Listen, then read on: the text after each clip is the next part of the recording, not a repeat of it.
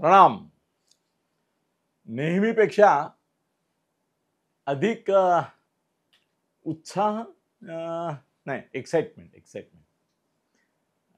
काहीतरी इतरांपेक्षा आपण वेगळं सांगणार आहोत. अजून जे लोकांना माहिती नाही, ज्याची कुठे चर्चा पण नाही, असा एक गौप्यस्फोट आपण एक नाही दोन करणार आहोत. याची एक एक्साइटमेंट माझ्या मनामध्ये आहे.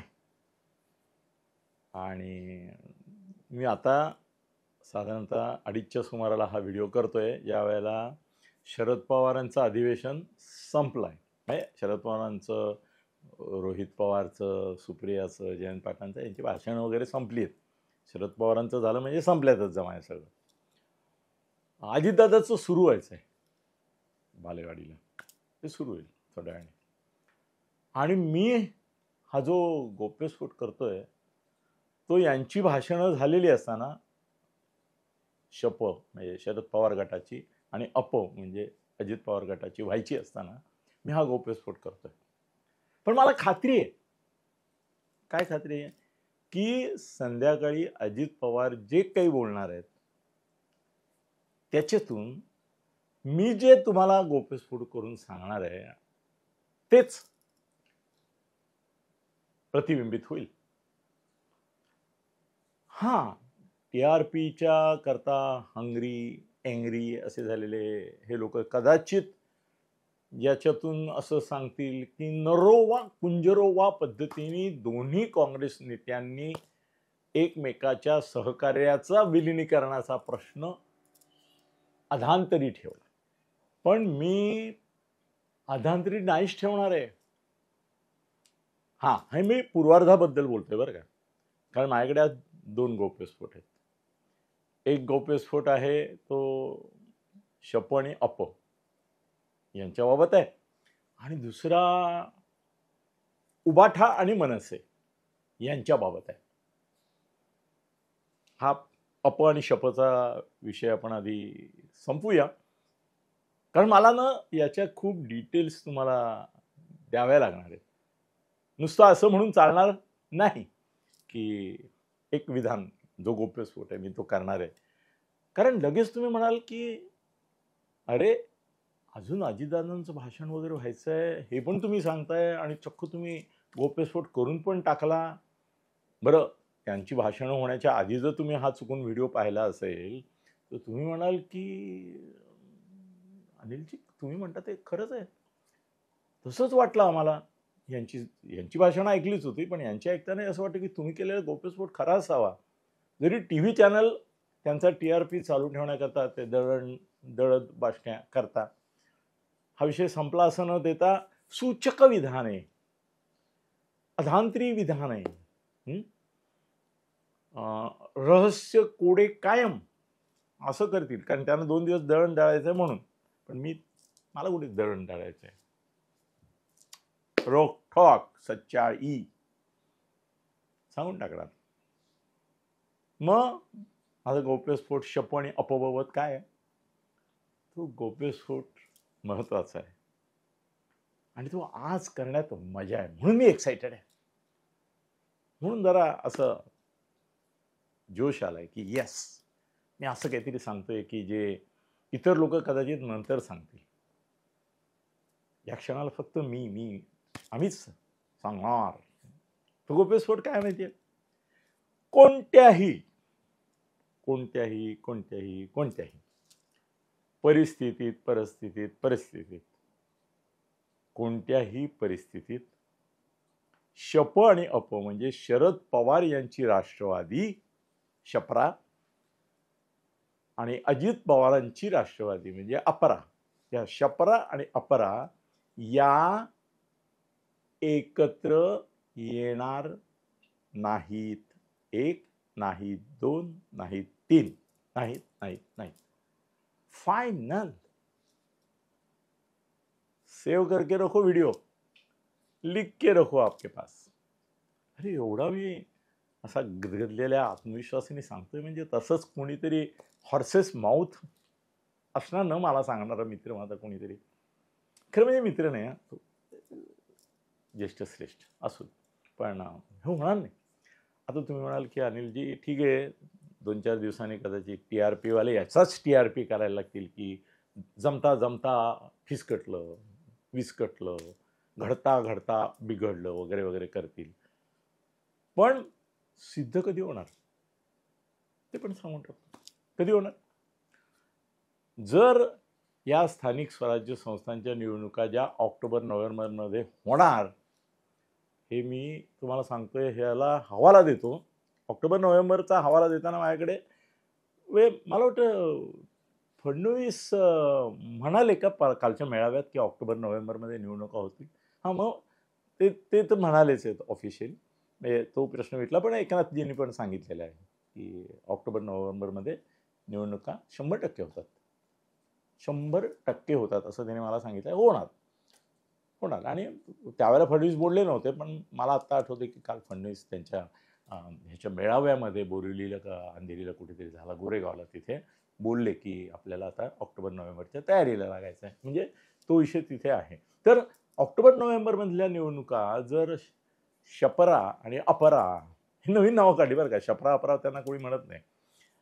राष्ट्रवादी शप आणि राष्ट्रवादी अप म्हणतच नाही. राष्ट्रवादी कारण ते दावा करतात ना मूळ. तर त्यांची होणार नाही. आणि ते त्यावेळेला स्वतंत्रपणे लढताना दिसले की एक मनातल्या मनात तुम्ही काय सॅल्यूट नको, चला मानाचा मुजरा पण तुम्ही नुसतं मला असं म्हणा की वा अनिलजी वा, असा एक मेसेज टाका. माझा एक नंबर हल्ली मी देतो, व्हॉट्सअप नंबर येतो, पण मी त्या व्हॉट्सअपवरचे सगळे व्हॉट्सअप मी स्वतः पाहतो आणि जिथे मला उत्तर देण्याची गरज वाटते तिथे उत्तर देतो. तो नंबर आहे 9820026019. हा माझा गेली जवळजवळ जेव्हापासून मोबाईल अस्तित्वात आलाय भारतात तेव्हापासूनचा हा एकच नंबर आहे. 9820026019 वर मला तुम्ही त्यावेळेला माझं कौतुक करा. जर हे येणार नाहीतच हे काही शंका नाही. विषय संपला माझ्या दृष्टीने. चर्चा करेन. आता तुम्ही म्हणाल की हे कसं काय असं तुम्ही निर्णय घेतला म्हणजे जो निर्णय घेतलाय आतून या दोन पक्षांनी, तर तुम्ही एवढ्या आत्मविश्वास सांगताय आम्हाला, कारण मी मग सांगा ना. तर आता 8:16 झाली आणि मला व्हिडिओ आता नवीन आमच्या आचारसंहितेप्रमाणे छोटा व्हिडिओ बडा रिस्पॉन्स. तर मी उद्या सांगतो ना तुम्हाला. मुद्दा सांगितला की मी तुम्हाला. आणि आता अजितदादांची भाषणं वगैरे सगळे दोन्ही मिळून तुम्ही जर स्वतःच्या मनाने विचार केला तर तुमच्या लक्षात येईल अनिलजींनी दुपारी सांगितलं होतं यांचं काय होत नाही, होणार नाही. झालं. आता तुम्ही म्हणाल अनिलजी ठीक आहे उद्या कारण मीमांसा करू आणि धरू थोडा धीर. धरा. दुसरा माझ्याकडे जो गोप्यस्फोट आहे आणखीनच मजेशीर आहे, धमाल आहे. आणि महाराष्ट्रातल्या मनसे आणि उबाठा यांच्या कार्यकर्त्यांना सुखावणारा आणि कदाचित फडणवीस एकनाथ शिंदे वगैरेंना थोडासा दुखावणारा असा देखील असा गोप्यस्फोट आहे माझ्याकडे. काल संजयशी बोलताना मी त्याला कोट केलं होतं. त्याने मला परवानगी दिली होती. तो म्हणाला की अनिल, आधी मला म्हणाला 60-40 का नाही म्हणत रे तू, शक्यता म्हणजे उबाठा आणि मनसेच्या समझोत्याची. मी म्हणलं तू सांग ना मला, मी तुला कोट करणार आहे. तू सांग मला 60-40. मी 60-40 सांगतो, मला काय. एकदा तुला कोटलं जबाबदारी तुझी आहे. तेवढ्यात त्यांनी मला रोखलं. तो म्हणा नको नको अनिल नको, तू 50-50 वरच ठेव. काही प्रॉब्लेम्स आहेत. मग ते प्रॉब्लेम्स कोणते त्याच्याबद्दल मी थोडंसं उदय निरगुडकरची साक्ष काढली होती कालच्या व्हिडिओमध्ये. कालच्या म्हणजे परवाच्या. काल मला बरंच नव्हतं त्यामुळे मी काल केलाच नव्हता, परवाच केला होता तो. तर उदय निरगुडकरची साक्ष काढली होती. माझ्याकडे आज नेण्यांचा पण एक रिपोर्ट आलाय, तोही मी परवा घेईन, तो उद्या नाही घेत. पण आत्ता माझ्याकडे जी बातमी आहे, जी म्हटलं मी शिवसैनिकांना सुखवणारी आणि कुठे नाही आलेली. आता 2:15 वाजलेत ना, तुम्ही टी व्हीवरचा कोणताही चॅनल बघा, त्याच्यात ते राष्ट्रवादीचं येते सगळं, पण कुठेही तुम्हाला ही बातमी दिसणार नाही जी मला एक्सक्लुझिव्हली एक मित्रप्रेमाखातर. हां, दुसरं काय कारण सांगू. मी कधी कधी संजयला म्हणतो की संजय आपण नुसते मित्र नाही आहोत, वी आर सोलमेट. सोलमेटचा अर्थ माहिती आहे तुम्हाला? नाही. जा आणि बघा डिक्शनरीत नका बघू, ह्याच्यामध्ये जा, गुगलमध्ये जा आणि सोलमेटवर किती प्रचंड प्रमाणावर तुम्हाला वाचायला मिळेल. आम्ही सोलमेट आहोत, मी आणि संजय म्हणजे. तर या सोलमेटनी मला प्रिफरन्स दिला. हां, तो ही बातमी फोडू शकला असता. आत्ता मगाशी तो टी व्हीवर होता ना, तो बोलू शकला असता, पण तो बोलला नाही. कारण सकाळी त्याच्या आधी माझ्याशी बोलला होता आणि मी त्याला झालं, एक काम कर, कधी कधी तू मला सकाळी बातमी अगदी गोपनीय वगैरे करून नाट्य निर्माण करतो आणि नंतर तुझा लाईव्ह सुरू होतो, मी बघतो तू बिंदास मला सांगितलेली एक्सक्लुझिव्ह बातमी सांगून टाकतोस तिथे. तो म्हणतो, अरे ते प्रश्न असे विचारतात की त्याच्यावर काहीतरी उत्तर द्यायला लागतं, मग ते मी दिलं की तुला असं वाटतं की मी तुला दिलेली एक्सक्लुझिव्ह बातमी देऊन टाकली सगळ्यांना. पण तसं नाही. अरे माझी पण, त्यांनाही मला समोर 15, 20, 25 लोक उभे असतात, त्यांनाही मला काहीतरी बातमी द्यायची जी दिवसभर ते दळत बसतात. तर त्यामुळे तुझे एक्सक्लुझिव्ह बरोबर आहे तू म्हणतो. पण आज त्याने मला सांगितलं की आज मी देतोय ना ही बातमी एक्सक्लुझिव्ह, चल तुला एकट्याला देतो, कर गोप्यस्फोट, माझं नाव कोट कर. तर गोप्यस्फोट काय मित्रांनो, उद्धव ठाकरे आणि राज ठाकरे, उद्धव ठाकरे आणि राज ठाकरे यांचं एकमेकाशी गेले काही दिवसात 6 वेळा मी 6 वेळा म्हटलं, 6 वेळा फोनवर सविस्तर बोलणं झालेलं आहे. येस, आणि हे मी संजयच्या हवाल्याने सांगतो आहे. त्याला मी म्हटलं, मग एवढं 6 वेळा बोलणं झालं आणि इकडे सगळी बाजार सगळा कल करतोय की अरे एवढे फोन तुम्ही करता, तेवढे फोन तुम्ही करता, दुनियाभर तुम्हाला फडणवीस अवेलेबल आहे, शिंदे अवेलेबल आहे, याच्याशी बोलता, पवारांशी बोलता, इकडे बोलता, तिकडे बोला, पत्रकारांशी पण फोनवर बोलता, आणि एक फोन उचलून उद्धव करत नाही का, एक फोन उचलून राज करत नाही, हा काय प्रकार आहे? कल्ला गिल्ला असं सगळीकडे चालू आहे, गलबला. आणि 6 वेळा ते बोललेत एकमेकाशी, तर मग हे बातमी बाहेर कशी नाही आली रे, हा प्रश्न मी विचारला संजयला. तो म्हणाला, जाहीरपणे वाच्यता करण्याआधी आणि तयारी करावी लागते. एकदा पत्रकार परिषद घेऊन काही विधानं केली, भूमिका घेतली की परत फिरणं अवघड होईल.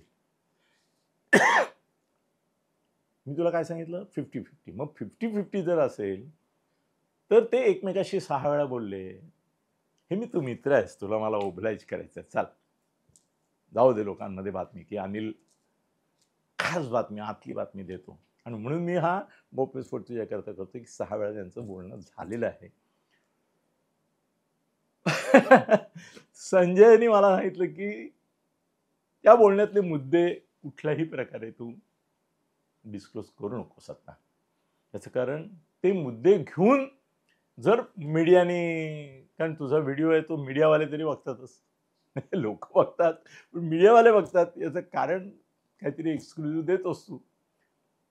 तर तू जर बोलताना मग आणखीन तपशील द्यायला गेलास ना आता, तर मग मीडियावाले त्याला मिस्चिफ करतील, काहीतरी वेगळंच त्याला वलय देतील, हे देतील. म्हणून तू एवढंच बोल, आज तू एवढंच बोल, मी तुला बोलायला देणार, मी तुला मुद्दे सांगणार चर्चेचे कोणते आहेत.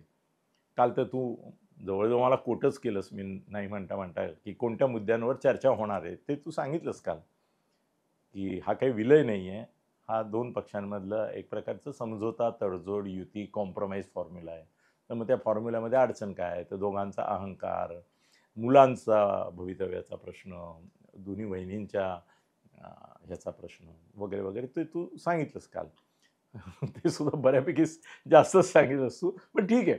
आणखीन काही मुद्दे जे मी चर्चा करतो तुझ्याशी, मलाही तू माझा सोलमेट आहेस ना, म्हणून चर्चा करतो, पण ते आज सांगू नको. तर मित्रांनो, मी ते आज तुम्हाला सांगत नाहीये, पण मी बातमी देतोय तुम्हाला. चॅनलवाल्यांनो, तुम्ही पण ही बातमी जरूर घेऊ शकता, कारण आता माझी सांगून झाली आहे, माझं आता याच्यावर कॉपीराईट आहे. आता तुम्हाला वापरायला परवानगी आहे. पण 6 वेळा त्यांचं एकमेकाशी बोलणं झालं, ही मोठी बातमी आहे की नाही सांगा मला. मग मी एक्साइटेड जर दिसलो तुम्हाला, चेहऱ्यावर जरा एक असं खास दिसलं बोलय, तर आश्चर्य नाही ना. आता याचे तपशील या दोन्ही विषयांचे, म्हणजे शपरा आणि अपरा, या दोघांच्या संबंधातले आणि उबाठा आणि मनसे यांच्या संदर्भातले मी देणार. काय काय मुद्दे आहेत, काय वगैरे वगैरे, थोडं जरा वाट पहा. जे विश्वासाने मला सांगतात, हां, मला मोठं करण्यात त्यांचा वाटा आहे. तर त्यांचा विश्वासघात मी केला असं तुम्हालाही आवडणार नाही.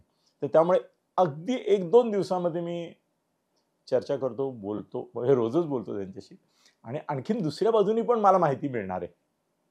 माझ्या भेटीगाठी दुसरीकडे पण चालू आहेत आता बऱ्यापैकी. त्यामुळे तिकडे काय आहे प्रतिक्रिया आहेत याच्याबद्दल, ती पण मी सांगेन तुम्हाला मोकळेपणाने. तर आज मी 2 छान गौप्यस्फोट केलेत. त्याच्यावर विचार करा.